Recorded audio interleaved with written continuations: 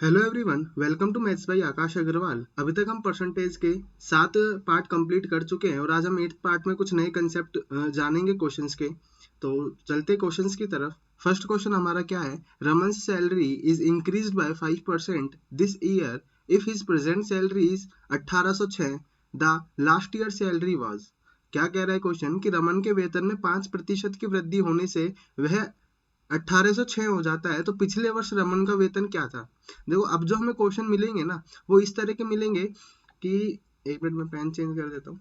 इस तरह के मिलेंगे कि कुछ परसेंट हमारे पास चेंज हो रहा है। 1 साल के लिए चेंज हुआ, 2 साल के लिए चेंज हुआ, 3 साल के लिए चेंज हुआ। तो हमें ये पहले वाली कंडीशन गिवन होगी कि 3 साल पहले अगर ये वैल्यू थी, तो 3 साल बाद बताओ ये क्या वैल्यू हो गई होगी, अगर किसी परसेंट से वैल्यू इंक्रीज कर रही है तो पहले हम समझने के लिए 1 साल का एक क्वेश्चन कर लेते हैं, उसके बाद हमें 2 या 3 साल के क्वेश्चन मिलेंगे। तो ये क्वेश्चन 1 साल के लिए ही है कि अगर रमन की सैलरी 5% से इंक्रीज हो जाती है, मतलब 5% को हम क्या लिख सकते हैं, 1/20। अगर मैं इसे फ्रैक्शन में कन्वर्ट करता हूँ तो मतलब अगर रमन की सैलरी अभी 20 रुपए है ना, तो वो कितना बढ़ गई है? 1 रुपया बढ़ गई है, मतलब 20 से 21 हो गई है। इसका मतलब यही होता है। ये बोला है कि उसकी अभी सैलरी 1806 है, ठीक है? अभी नहीं, उसकी जो बढ़ने के बाद वृद्धि होने से यह 1806 हो जाती है, मतलब बढ़ने के बाद सैलरी कौन सी है? ये है। तो ये किसको रिप्रेजेंट कर रहा होगा? 1806 को कर रहा होगा। हमसे पूछा क्या है? तो पिछले वर्ष रमन का वेतन क्या था? पिछले वर्ष यही होगा, क्योंकि 1 साल में बढ़ा है। 1 साल में 21 हुआ है, जो कि 1806 दिया हुआ है। हमें बताना है पिछले साल क्या था, मतलब हमें 20 यूनिट की वैल्यू बतानी है। तो यहाँ से देख लेते हैं, 7 3 21 होता है, तो 7 दूनी 14 और 7 पंजे 35, 7 8 56 और 3 8 24, 3 6 18। तो एक यूनिट हमारे पास 86 को रिप्रेजेंट कर रहा है। 7 दूनी 14, 7 पंजे 35, 7 8 56, ठीक है, और 3 8 24 और 3 6 18। ठीक है, तो एक यूनिट की वैल्यू हमारे पास 86 है, तो 20 यूनिट की वैल्यू क्या होगी? इसे 86 से मल्टीप्लाई कर देंगे, तो 0 6 दूनी 12, 8 दूनी 16 और 1 17, 1720 रुपए उसकी सैलरी क्या होगी? पहले होगी, जिसमें 5% की वृद्धि होने से, 5% इंक्रीज होने से वो कितनी हो जाती है? 1806 हो जाती है। तो ये तो था 1 साल के लिए। अगर यही क्वेश्चन हमें बोलता कि 2 साल बाद बताओ उसकी वैल्यू क्या थी, ठीक है, तो इसे तो छोड़ते हैं और हम एक नेक्स्ट पे स्लाइड पर देख लेते हैं इस क्वेश्चन को। कि अभी तो बोला कि मान लो रमन की सैलरी 1720 रुपए है अभी, ठीक है, जिसमें 5% का इंक्रीमेंट हुआ है। तो बताओ, हर साल 5% का इंक्रीमेंट होता है ना, बॉन्ड साइन होता है कि आपकी सैलरी हर साल हम 5% बढ़ाएंगे, ठीक है। तो 1 साल बाद और 2 साल बाद, तो हमें बोला कि अगर आज उसकी सैलरी 1720 रुपए है, तो आफ्टर 2 ईयर्स उसकी सैलरी क्या होगी, हमें ये बताना है, ठीक है। तो देखो, 5% से इंक्रीज होने का मतलब क्या है? इसका हम लिख सकते हैं 1/20। अगर 20 है तो उसमें हर साल 1 यूनिट बढ़ जाएगा, तो 20 से हर साल सैलरी कितना हो जाएगी? 21। नेक्स्ट ईयर भी अगर 20 सैलरी होगी तो वो 21 हो जाएगी। तो हम क्या करते हैं, इसको मल्टीप्लाई कर देते हैं। तो अगर उसकी सैलरी 400 होगी ना, तो 2 साल में, अब ये जो डिफरेंस आएगा ना, ये 2 साल का आएगा सीधा। तो 2 साल में कितना हो जाएगी? 441 हो जाएगी। कितना बढ़ गई? 41 यूनिट सैलरी बढ़ गई है, ठीक है। 21 का स्क्वायर जो होता है वो 441 ही होता है, ठीक है। तो ये हम 400 की वैल्यू यहाँ पे रख देंगे, हमें गिवन है 1720, और ये हम यहाँ से फिर 1 यूनिट की वैल्यू निकाल कर यहाँ पर इसे सोल्व कर लेंगे। समझ आ गया होगा। नेक्स्ट क्वेश्चन देखते हैं। वो हमारे पास या 2 या 3 साल के लिए ही होगा। देखो, 3 साल के लिए हमारे पास क्वेश्चन है। क्या कह रहा है question? A district has a 64,000 inhabitants, कि किसी गांव या जिले में 64,000 लोग रहते हैं। If the population increases at the rate of 2.5% per annum, कि हर साल 2.5% से पॉपुलेशन इंक्रीज होती है, जनसंख्या वृद्धि होती है 2.5% की प्रतिवर्ष दर से। The number of inhabitants at the end of 3 year, तो बताओ 3 साल बाद क्या पॉपुलेशन हो जाएगी? आज कितनी है? 64,000 है। 2.5% से इंक्रीज कर रहा है, तो मैं 2.5% को क्या लिख सकता हूँ? देखो, 2.5% को हम लिख सकते हैं 2 दूनी 4 और 1 5/200, तो 5 चौका 20, मतलब 1/40 में इसको लिख सकता हूँ। हर साल जो पॉपुलेशन है वो 40 से कितनी हो जाती है? 41। तो सेकंड ईयर भी 40 से 41 हो जाएगी और थर्ड ईयर भी 40 से 41 हो जाएगी, है ना। तो ये मैं इसको मल्टीप्लाई कर दूंगा पूरे को, तो 40 को 40 से मल्टीप्लाई किया तो 4 का क्यूब तो 64 होता है, और 3 जीरो है तो 3 जीरो मेरे पास एग्जिट इज आ गई, ठीक है, तो ये क्या बता रहा है कि अगर किसी डिस्ट्रिक्ट की पॉपुलेशन आज 64,000 है और हमें दिया भी यही है कि पॉपुलेशन कितनी है 64,000 है, तो ये एक यूनिट की वैल्यू एक को ही रिप्रेजेंट कर रहा है, क्योंकि 64,000 यूनिट 64,000 को रिप्रेजेंट कर रहा है, तो ये हमारे पास 1 यूनिट की वैल्यू 1 होगी। तो हम 41 का क्यूब निकाल लेंगे, वही हमारे पास अब 3 साल बाद पॉपुलेशन होगी, प्रेजेंट पॉपुलेशन 3 साल बाद के पॉपुलेशन। ठीक है, अब देखो यहाँ पे कैलकुलेशन थोड़ी टफ हो जाएगी कि हमें 41 का क्यूब या तो याद होना चाहिए या फिर हमें इसे सोल्व करना पड़ेगा। तो देखो अगर याद है तो वेल एंड गुड है, लेकिन अगर नहीं है तो हम यहाँ क्या कर सकते हैं कि यहाँ जो यूनिट डिजिट आएगी ना वो हमारे पास 1 आएगी। ठीक है, तो यूनिट डिजिट अगर हम यहाँ चेक करें तो हमारे पास एक ही ऑप्शन में 1 है। ठीक है, तो हम इसे डायरेक्ट भी इस तरह से कर सकते हो ना, 41 का क्यूब हमें याद होना चाहिए, 41 का स्क्वायर हमें याद होता है, या फिर 41 का क्यूब हमें याद होना चाहिए, तो वो 68,921 ही होता है, तो यही हमारा फाइनल आंसर होगा। ठीक है, तो इस तरह से हम इन क्वेश्चंस को कर सकते हैं। और क्वेश्चंस देख लेते हैं प्रैक्टिस के लिए। क्या the population of a town 2 years ago was 62,500, कि 2 वर्ष पहले एक शहर की जनसंख्या 62,500 थी। Due to migration to big city it decreases every year at the rate of 4%। The present population of a town is, कि 2 वर्ष पहले मतलब 2 साल बाद, 2 साल पहले, बाद नहीं पहले की वो बात कर रहा है कि एक शहर की जनसंख्या 62,500 थी। हर साल इस बार जनसंख्या कम होती है क्योंकि गांव से लोग शहरों में चले जाते हैं स्थानांतरण की वजह से। ठीक है, 4% से हर साल कम हो रही है, मतलब 4% लोग कहाँ चले जाते हैं, शहरों में चले जाते हैं। ठीक है, तो अब कितनी पॉपुलेशन होगी कि 2 साल पहले ये पॉपुलेशन थी, 2 साल बाद की हमें पॉपुलेशन बतानी है। किस परसेंट से हमारे पास पॉपुलेशन कम हो रही है, 4% से कम हो रही है। 4% को मैं फ्रैक्शन में 1/25 लिख सकता हूँ। ठीक है, मतलब मेरे पास पॉपुलेशन 25 से कितनी हो रही है, 24 हो रही है, क्योंकि इस बार कमी हो रही है, तो 25 में एक कम हो जाएगा 24। यहाँ पे कितने साल की बात कर रहा है वो, 2 साल की बात कर रहा है, तो एक बार और क्या हो जाएगा, 25 से पॉपुलेशन 24 हो जाएगी, तो 25 इंटू 25 हमने किया तो 625 आएगा, और 24 का स्क्वायर हमारे पास 576 होता है। ठीक है, यहाँ पे 2 साल पहले की पॉपुलेशन कितनी है, 625 यूनिट है, जो कि हमें रिप्रेजेंट कर रहा है 62,500 को। ठीक है, 62,500 को, तो ये एक यूनिट यहाँ से निकल कर क्या आता है, एक यूनिट की वैल्यू क्या निकल कर आती है, 100। 625 मल्टीप्लाई बाय 625। ठीक है, तो ये हमारे पास 1 यूनिट की वैल्यू क्या आएगी, 100 आएगी, तो यहाँ से 576 की वैल्यू भी क्या आएगी, 57600। तो ये हमारे पास क्या होगा, फाइनल आंसर होगा, जो कि हमारा डी ऑप्शन करेक्ट होगा। क्लियर है, नेक्स्ट हम क्वेश्चन पर चलते हैं। The value of a equipment depreciates by 20% each year, हर साल किसी वस्तु की जो कीमत है ना वो कम हो जाती है। जैसे कोई व्हीकल है तो हर साल उसकी वैल्यू कुछ कम कर देते किसी परसेंट से, तो वो 20% से कम हो रही है। ठीक है, 20% मतलब इसे हम 1/5 लिख सकते हैं, कि अगर किसी व्हीकल की वैल्यू पहले 5 रुपए थी, तब उसमें 1 रुपए हर साल कम हो जाएगा, तो नेक्स्ट ईयर उसकी वैल्यू 4 होगी। फिर अगले साल वापस से 20% कम हो जाएगा, तो वो 5 से वापस से 4 हो जाएगा। तो how much less will the value of the equipment be after 3 years, तो 3 साल बाद हमें बताना है कि उसकी वैल्यू कितना परसेंट कम हो जाएगी। देखो हमारे पास सभी ऑप्शन परसेंट में है, तो हमें बताना है कितने परसेंट कम हो जाती है। किसी वस्तु का मूल्य प्रतिवर्ष 20% की दर से कम होता है, तो 3 वर्ष में वस्तु का मूल्य कितना कम हो जाएगा, ये हमें बताना है। तो देखो 5 से 4 हो जाता है हर वर्ष, तो 3 साल का हमें बताना है, तो हमने 3 बार लिया इस चीज को। 5 का क्यूब हमने किया 125 होता है, और 4 का क्यूब हमारे पास 64 होता है। क्लियर है, हमें बताना है कि वैल्यू कितना परसेंट कम हो जाती है। देखो 125 से 64 हो गई है। ठीक है, तो कितना कम हो गई है, 5 - 4 1, और 12 - 6 6, तो ये 61 हो गई है। कितने में कम हुई है, 125 में कम हुई है। हमें परसेंट में आंसर बताना है, तो 100 से मल्टीप्लाई कर देंगे। 25 5 जा 125, 25 4 जा 100, तो ये अपने पास आएगा 4 6 4 जा 24, और ये अपने पास 5 से हम इसे डिवाइड करेंगे, तो 5 चौका 20, 5 8 40, और ये 5 8 40, तो 48.8 हमारे पास क्या होगा, करेक्ट आंसर होगा। इस बार हमें परसेंट में बताना था कि वैल्यू कितनी कम हो गई है, तो 61 तो कम हुई है, 125 पर कम हुई है। परसेंट में बताना है तो 100 से मल्टीप्लाई और कर देंगे, और इसको सोल्व करके सीधा जो रिजल्ट आएगा वो हमारे पास 48.8% हमारा आंसर होगा। ठीक है, लास्ट क्वेश्चन हम देख लेते हैं इस कंसेप्ट पर। If income of a company is increases 20% per annum, ठीक है, कि बॉन्ड भी साइन होता है कि किसी की सैलरी जो है ना वो हर साल 20% से इंक्रीज हो जाती है।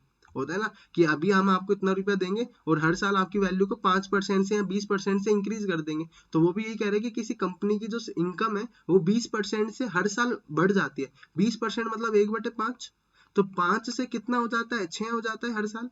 If its income is 26,64,000 in the year 2012, then its income in the year 2010 was, हमें पहले का बताना है। ठीक है, यदि किसी कंपनी की आय 20% प्रतिवर्ष बढ़ती है, 20% बढ़ रही है, यदि किसी आय इसकी आय 2012 में 26,64,000 थी, तो वर्ष 2010 में कितनी होगी? तो हमें पहले का बताना है, तो 2 साल का डिफरेंस है यहाँ पर, तो ये 2 साल में इतनी बड़ी होगी, कितनी, 25 से 36 हो गई होगी।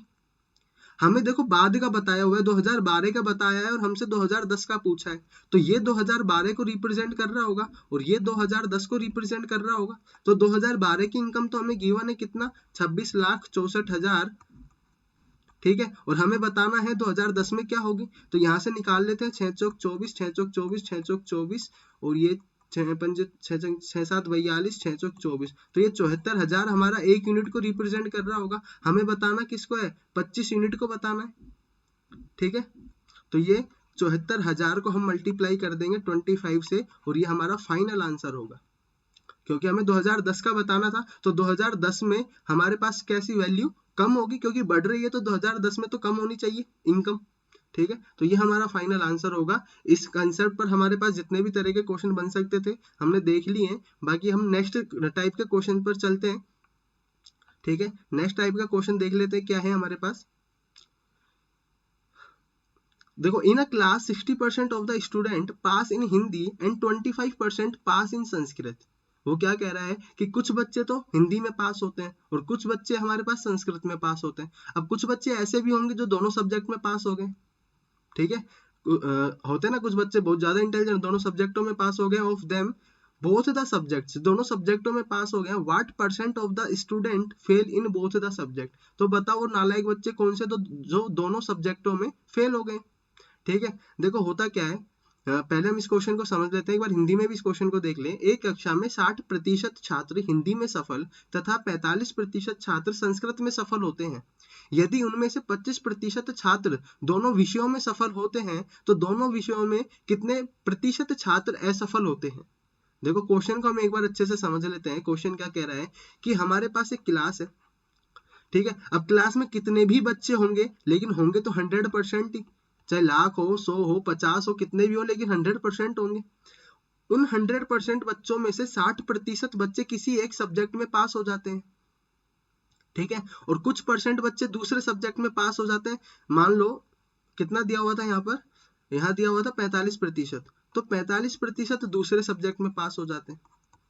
ठीक है, और 25% बच्चे दोनों सब्जेक्टों में पास होते हैं। तो यहाँ हिंदी लिख देते हैं, यहाँ इंग्लिश लिख देते हैं, और यहाँ बोथ, ये दोनों में पास हुए।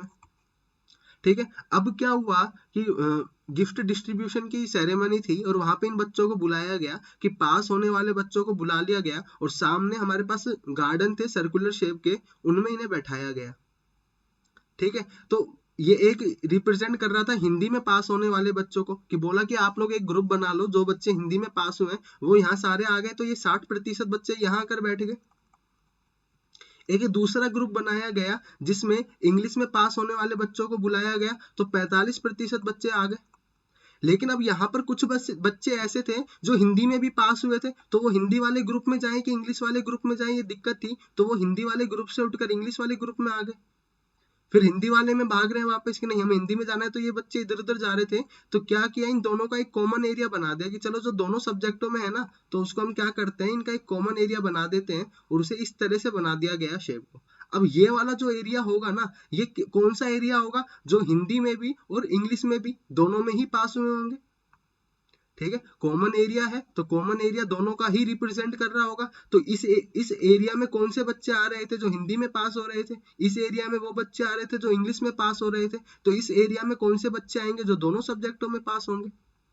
हाँ है ना, ठीक है, समझ आ गया। तो यहाँ पर देखते हैं कि दोनों में कितने बच्चे पास हो रहे थे। यहाँ तो 25% बच्चे पास हो रहे थे, तो मैंने सबसे पहले इन बच्चों को बैठाया, कि जो दोनों में पास थे ना, सबसे पहले तो तुम आकर बैठो, तुम डिस्टरबेंस कर रहे हो, यहाँ पे इधर उधर भाग रहे हो, तो मैंने इन बच्चों को यहाँ पर बैठाया, ठीक है, क्योंकि इन्होंने ही तो यहाँ पे डिस्टरबेंस क्रिएट की हुई थी कि कुछ इधर भाग रहे थे, कुछ इधर भाग रहे थे, तो पहले हमने इनको फिक्स कर दिया कि जो दोनों सब्जेक्टों में पास है वो आकर बैठ गए, ठीक है। अब ये 25% बच्चे कहाँ से आए होंगे, हिंदी में से भी आए होंगे और इंग्लिश में से भी आए होंगे, क्योंकि दोनों में पास थे ये बच्चे। तो अब 60% में से 25% बच्चे तो हमने बैठा दिए हैं, तो यहाँ हिंदी में कितने परसेंट बच्चे बच गए हमारे पास, हिंदी में 60 में से 25 चले गए तो 35% बच्चे बच गए। तो ये 35% बच्चे वो होंगे जो सिर्फ ओनली हिंदी में पास हुए होंगे, ओनली हिंदी में पास हुए होंगे, ओनली हिंदी में पास हुए होंगे। क्लियर है। अब यहाँ पर इंग्लिश में देख लेते हैं, तो इंग्लिश में टोटल 45% बच्चे पास हुए थे, जिसमें 25% बच्चे ऐसे भी थे जो हिंदी में भी पास हुए थे, तो वो तो यहाँ पर आकर बैठ चुके हैं। तो 45 में से 25 तो ऑलरेडी बैठ गए हैं, तो अब कितने प्रतिशत बच्चे बैठे, 20% बच्चे बचे, ठीक है। तो टोटल हमारे पास कितने प्रतिशत बच्चे बचे, 35 प्लस 25 60 प्लस 20 80% बच्चे। ये 80% बच्चे क्या होंगे, जो किसी ना किसी सब्जेक्ट में तो पास हुए हैं, कुछ हिंदी में हुए हैं, कुछ दोनों में हुए हैं और कुछ इंग्लिश में पास हुए हैं। तो ये 80% बच्चे वो होंगे जो पास हुए हैं, ठीक है। अब किस किस में हुए हैं उससे हमें नहीं लेना देना, लेकिन पास तो सिर्फ 80% बच्चे हुए हैं। तो बच्चे हुए जो बच्चे होंगे, टोटल 100% बच्चे थे, उसमें से जो बच्चे बच्चे होंगे वो किसी ना किसी सब्जेक्ट में फेल हुए होंगे। और हमसे यही पूछा है कि फेल कितने प्रतिशत बच्चे हुए हैं, तो 80 में से 100 में से 80% बच्चे पास हो गए हैं, तो 20% बच्चे ही तो फेल हुए हैं। तो समझ में आया कि ये जो वेन डायग्राम हम बनाते हैं, वेन डायग्राम हम बनाते हैं, इसको किस तरह से बनाते हैं और इसमें कौन सा एरिया क्या चीज रिप्रेजेंट कर रहा होता है। तो मैथ्स वाले बच्चे जो होते हैं वो तो इस चीज को समझते हैं, लेकिन बाकी जो बच्चे हैं उनके लिए भी ये क्लियर हो गया होगा। तो क्वेश्चन देखते हैं और सीधा ही क्वेश्चन को करना स्टार्ट करते हैं, अब इसमें टाइम नहीं लगेगा। क्या बोल रहे हैं क्वेश्चन कि 60% बच्चे तो हिंदी में पास हुए हैं, 45% बच्चे संस्कृत में पास हुए हैं, ठीक है। वैसे तो ये क्वेश्चन हमने कर लिया है, लेकिन फिर भी हम कर लेते हैं। तो पहले तो हमने यहाँ डेटा लिख दिया, हिंदी में 60% बच्चे पास हुए हैं और संस्कृत में हमारे पास 45% बच्चे पास हुए हैं, और दोनों में हिंदी एंड इंग्लिश संस्कृत दोनों में ही हमारे पास 25% बच्चे पास हुए हैं।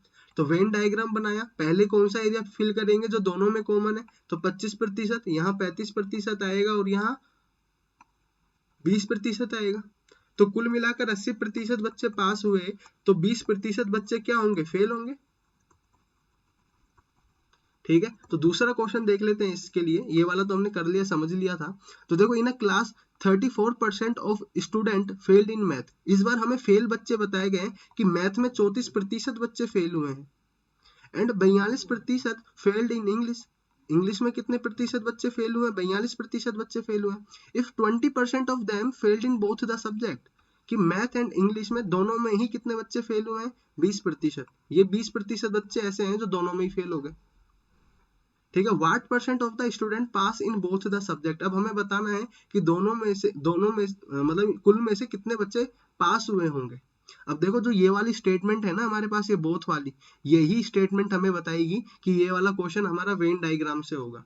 तो जब भी तुम्हें दोनों का डेटा गिवन हो ना, कि इंडिविजुअल का भी गिवन हो और दोनों का भी दे दे, तो सीधे ही हमें क्या करना है, वेन डायग्राम से क्वेश्चन को करना है। क्लियर है।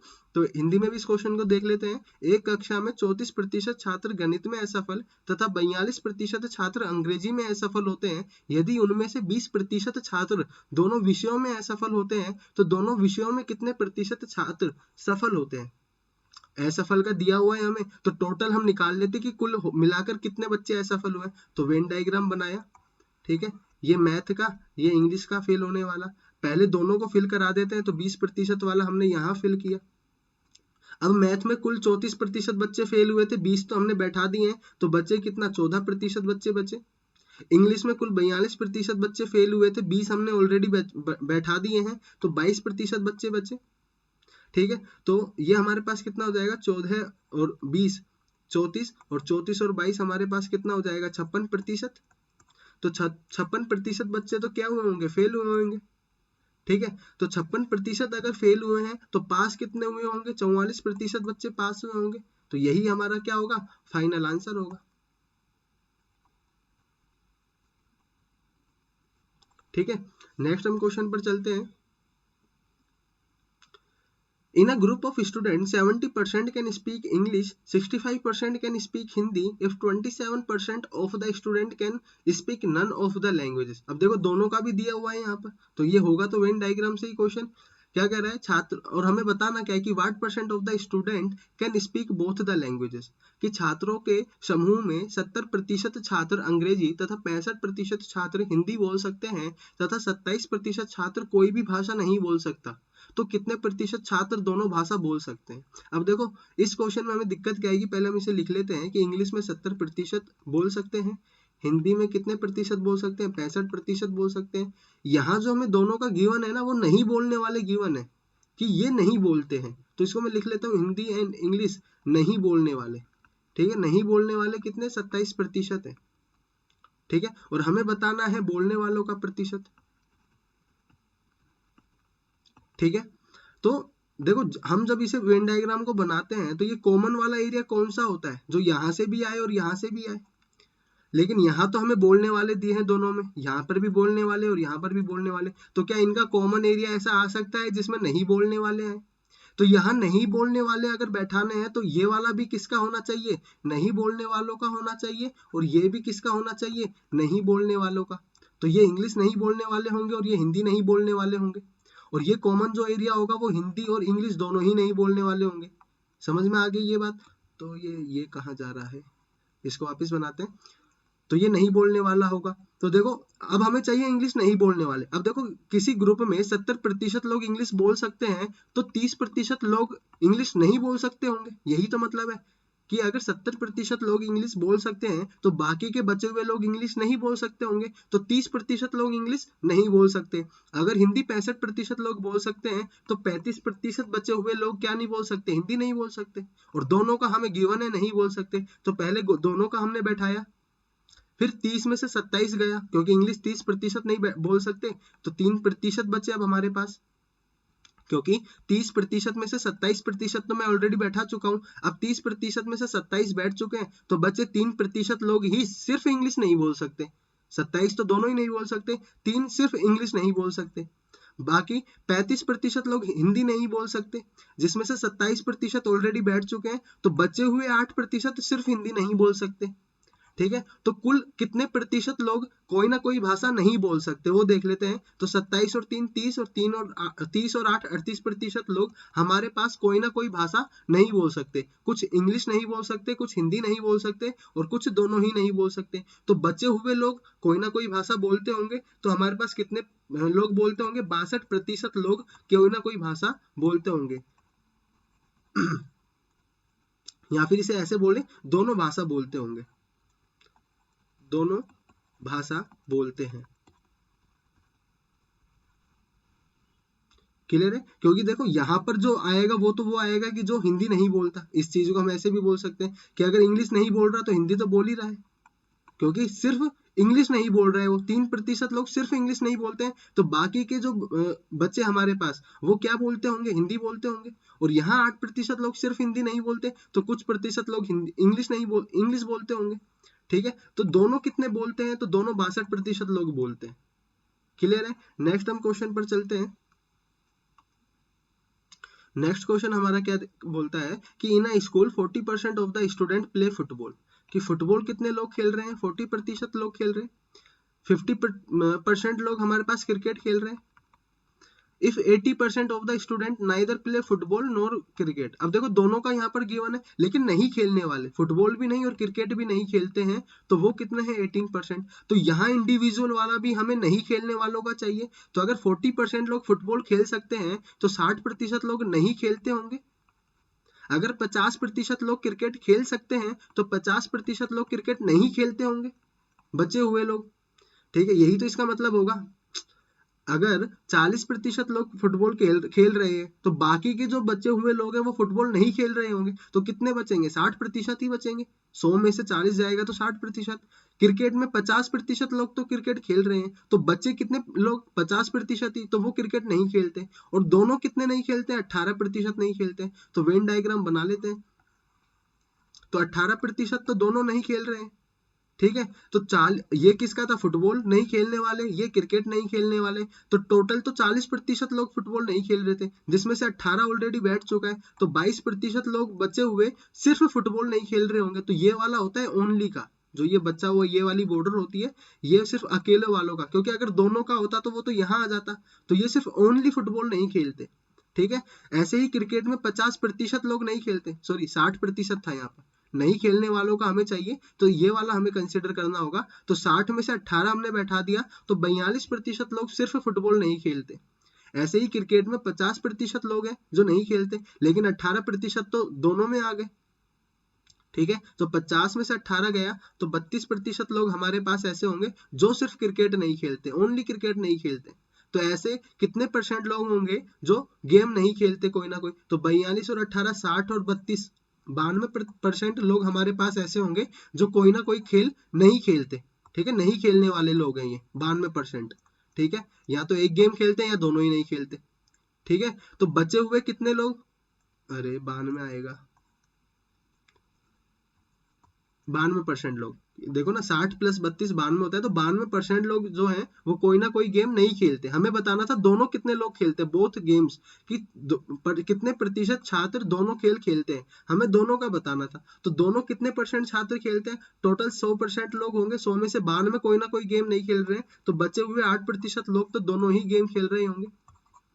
अगर हमसे पूछा जाता कि कितने परसेंट लोग क्रिकेट खेलते हैं, तो क्रिकेट का तो यहाँ पे गिवन ही था वैसे 50%, लेकिन अगर हमें यहाँ से बताना होता तो देखो कि कितने परसेंट लोग क्रिकेट नहीं खेल रहे हैं, तो 32 और 18 50% लोग नहीं खेल रहे हैं, तो बचे हुए लोग तो क्रिकेट खेल रहे होंगे, तो बाकी के 50% लोग क्रिकेट खेल रहे होंगे। तो यहाँ से हम सभी क्वेश्चन के जवाब दे सकते हैं अगर एक बार वेन डायग्राम हमारा बन जाता है तो। क्लियर है। अगर हमसे पूछा जाता कि सिर्फ और सिर्फ क्रिकेट कितना लोग खेल रहे होंगे, सिर्फ और सिर्फ क्रिकेट कितने लोग खेल रहे होंगे, तो जो फुटबॉल नहीं खेलते वो क्रिकेट खेल रहे होंगे। तो 42% लोग फुटबॉल नहीं खेलते, तो वो सिर्फ और सिर्फ क्या खेल रहे होंगे, वो क्रिकेट ही खेल रहे होंगे। क्लियर है। नेक्स्ट हम और लास्ट क्वेश्चन पर हम चलते हैं इस कंसेप्ट पर। इसमें हमने सभी टाइप के क्वेश्चंस कवर कर लिए हैं। ये लास्ट क्वेश्चन हमारे पास बचता है क्या, कि in a village each of the 60% of the family has a cow. तो देखो गाय कितने लोगों के पास है, 60% लोगों के पास है। Each of the 30% family has a dog, कुत्ता कितने लोगों के पास है, 30% लोगों के पास है। Family has dog and each of the 15% of the families has both, और दोनों कितनों के पास है, काउ एंड डॉग कितने लोगों के पास है, 15% लोगों के पास है। In all there are 96 families. अब यहाँ पर हमें बताया है कि फैमिलीज कितनी, अभी तक हम 100% मानकर चल रहे थे, तो वो 100% की वैल्यू हमें गिवन है कि टोटल हमारे पास 96 फैमिलीज है। How many families do not have any cow और एनी डॉग, हमें बताना है कि कितनी फैमिलीज के पास कोई भी do not have any cow और एनी डॉग, ठीक है, ना तो उनके पास गाय है और ना ही डॉग है, तो हमें ये बताना है। तो पहले ये देख लेते कितनों के पास है। एक गांव में 60% परिवारों के पास गाय तथा 30% परिवारों के पास कुत्ता है। यदि 15% परिवारों के पास दोनों हैं, यदि कुल 15% तो दोनों कैरी कर रहे हैं, यदि कुल परिवारों की संख्या 96 है, तो कितने परिवारों के पास एक भी गाय तथा कुत्ता नहीं है, ना तो गाय है ना कुत्ता है। तो देखो अगर मैं वेन डायग्राम बनाऊंगा तो ये वेन डायग्राम किसका बनेगा, जिनके पास है। तो पहले तो मैंने 15% फिट किया, ठीक है, ये काऊ का और ये डॉग का। अब देखो 60% में से 15% गाय वाले तो आकर बैठ गए, ठीक है, तो बचे कितने, 45% वाले, वो लोग जिनके पास सिर्फ और सिर्फ गाय है, सिर्फ और सिर्फ गाय है। और डॉग में से जिनके पास डॉग थे वो 15% तो ऑलरेडी आकर बैठ गए, तो 30% में से 15% अगर ऑलरेडी आकर बैठ गए तो बचे 15% लोग। तो 15% लोगों के पास क्या है, सिर्फ ओनली डॉग, ओनली डॉग। तो यहाँ पर ओनली काउ, ठीक है। तो कुल हमारे पास कितने परसेंट लोगों के पास कोई ना कोई जानवर है, तो 45 प्लस 15 60, और 60 प्लस 15 75, तो 75% लोग ऐसे हैं जिनके पास कोई ना कोई जानवर तो है, ठीक है, चाहे वो गाय हो या फिर वो डॉग हो या कुत्ता, ठीक है। तो कितने लोगों के पास कोई ना कोई जानवर नहीं होगा, 25% लोगों के पास नहीं होगा, ठीक है। तो वो 25% हमें बताना है। तो कुल फैमिली अगर हमारे पास 96 है, तो 96 का 25% लोगों के पास कोई ना कोई जानवर नहीं होगा, बस हम वो निकाले तो 25% मतलब 1/4, तो 4 दूनी 8 और 4 चौक 16, तो 24 फैमिली ऐसी होंगी, 24 फैमिली ऐसी होंगी जिनके पास ना तो डॉग है ना ही गाय है, क्लियर है? तो इस तरह से हम क्वेश्चंस निकाल सकते हैं। अगर हमें वैल्यू बतानी है तो टोटल फैमिली हमें गिवन होगी, ठीक है, तो हम नंबर ऑफ फैमिलीज में रिजल्ट दे देंगे। अगर परसेंट में बताना होता तो हम 25% में ही हमारा आंसर को बता देते। क्लियर है? तो आज के लिए इतना ही, बाकी मिलेंगे नेक्स्ट वीडियो में। तब तक के लिए वीडियो को लाइक शेयर एंड सब्सक्राइब कर दीजिए।